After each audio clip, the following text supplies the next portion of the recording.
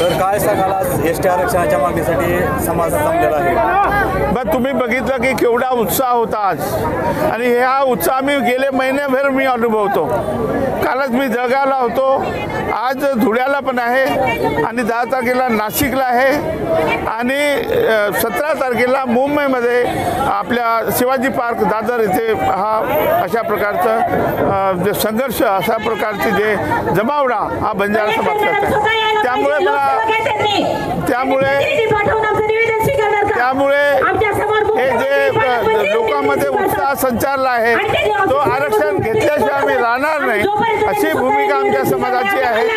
आणि आम्ही आदिवासीमधून मागत आहे, आदिवासीमधून सब कॅटेगरीशन करून द्या, ही आमची मागणी आहे। आदिवासी समाज म्हणतो की आमच्या ह्याच्यामध्ये उपऱ्याने घुसू नये, काय सांगाल? नाही, सगळं साहजिक आहे, पण आम्ही घुसत नाही आहे। त्यांच्या 7% आम्ही धक्का लावत नाही आहे। त्या व्यतिरिक्त जे आम्हाला 3% दिलेलं आहे त्याचं नॉमेनक्लेचर चेंज करायचं, काही करायचं नाही तुम्हाला। 50% आतलं सगळं आरक्षण आहे, त्यामुळे वेगळं काही द्यायचं नाही, आणि त्यांचं काही आम्ही घेणार नाही, त्यांच्या ताटातलं आम्हाला खायचं नाही। आज आपला समाज बांधव एकत्र आलेला आहे, काय सांगाल?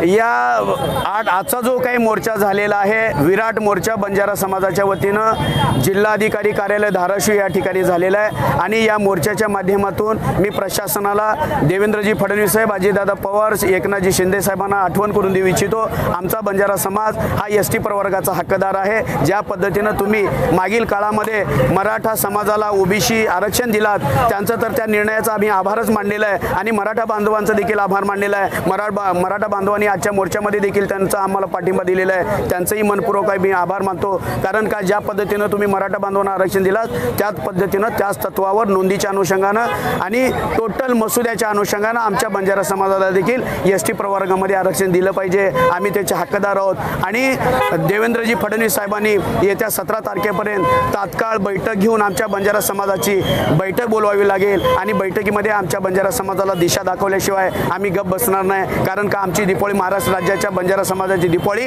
आता घरी नाही, गावी नाही,